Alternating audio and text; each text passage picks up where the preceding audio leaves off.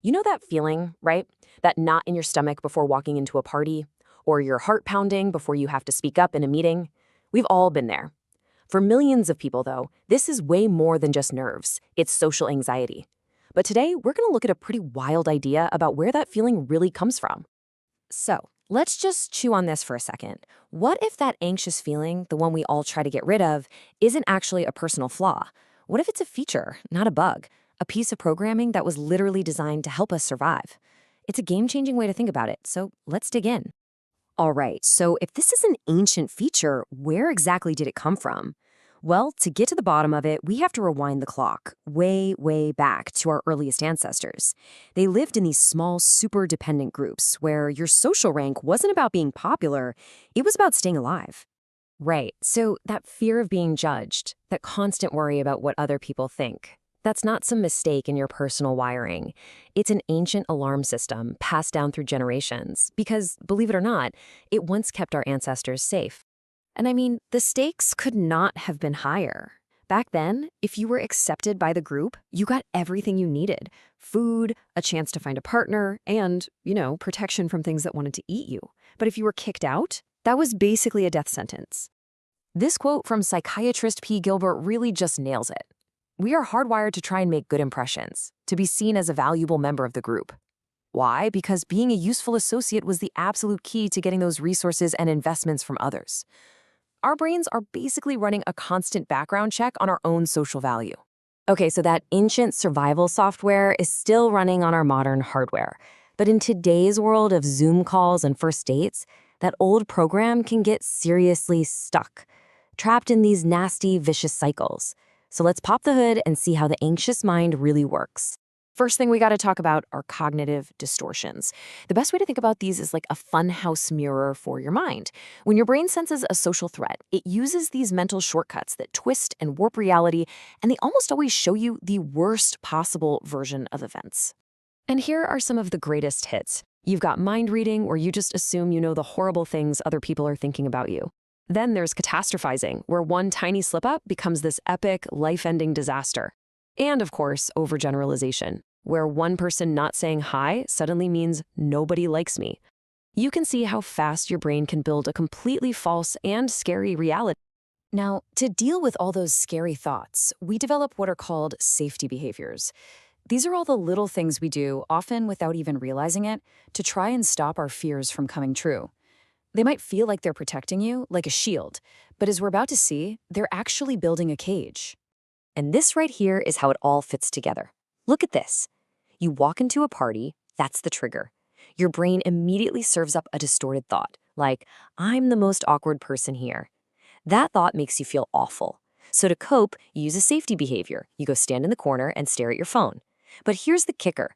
Other people just see someone who looks aloof and unapproachable, so they don't talk to you, which your brain then takes as solid proof that your original thought was right all along.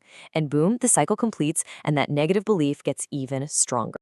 So this fear of being judged seems to be a pretty universal human thing.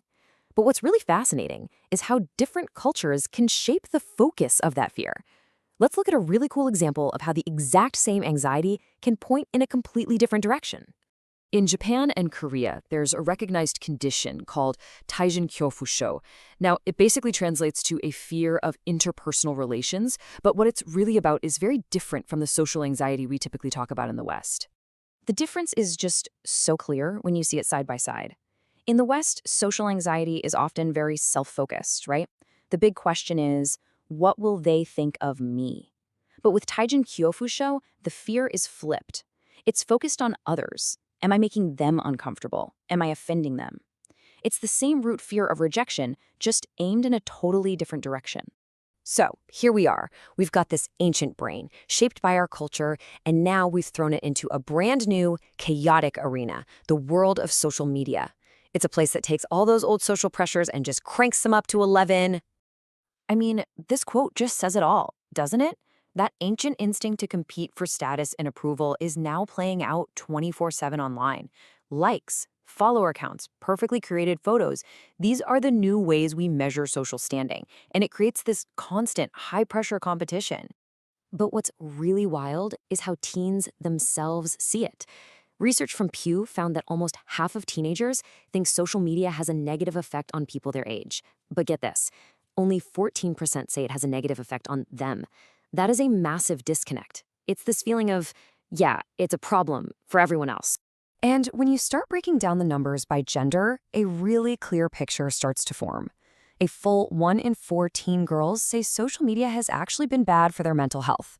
That's a significantly higher number than for boys, and it shows that these digital pressures are definitely not being felt equally. But, it's not all doom and gloom. The very same teens also say that social media makes them feel more connected to what's going on in their friends' lives and gives them a place to be creative. So you have this really complicated picture. It's connection and comparison, creativity and anxiety all happening at the same time. Oh, and yeah, nearly half say it's messing with their sleep, so it is for sure a double-edged sword. Okay, so we've seen how our ancient programming can get us stuck in the modern world. But here's the good news, and it is really good news. We are not stuck. We can actually learn to understand our own brain's playbook and start to rewrite the script. And it really boils down to this 3-step plan. First, you have to understand the playbook, see those automatic thoughts and those sneaky safety behaviors for what they are.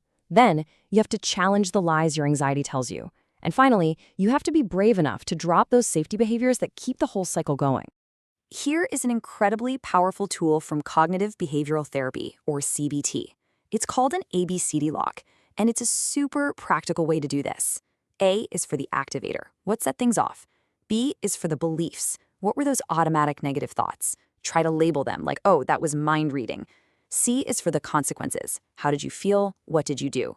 And then D, the most important part, is dispute. This is where you become a detective for your own mind, looking for cold, hard evidence, not just anxious feelings.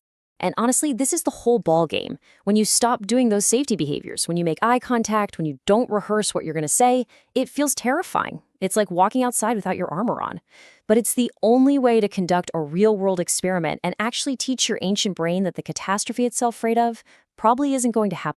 And that brings us to a really powerful final idea. Look, the goal here is not to completely eliminate anxiety. That's impossible. It's a fundamental part of being human. The real goal is to change your relationship with it. It's to stop letting it be the one in the driver's seat, dictating where you go and what you do. So, I'll leave you with this question to think about. We've seen that this anxiety is wired deep into our evolutionary code, and it was put there for a very good reason, to protect us. But our world has changed completely. The real question for us now is, with this new understanding, can we learn to outsmart our own wiring? Can we consciously update our own software for the world we live in today?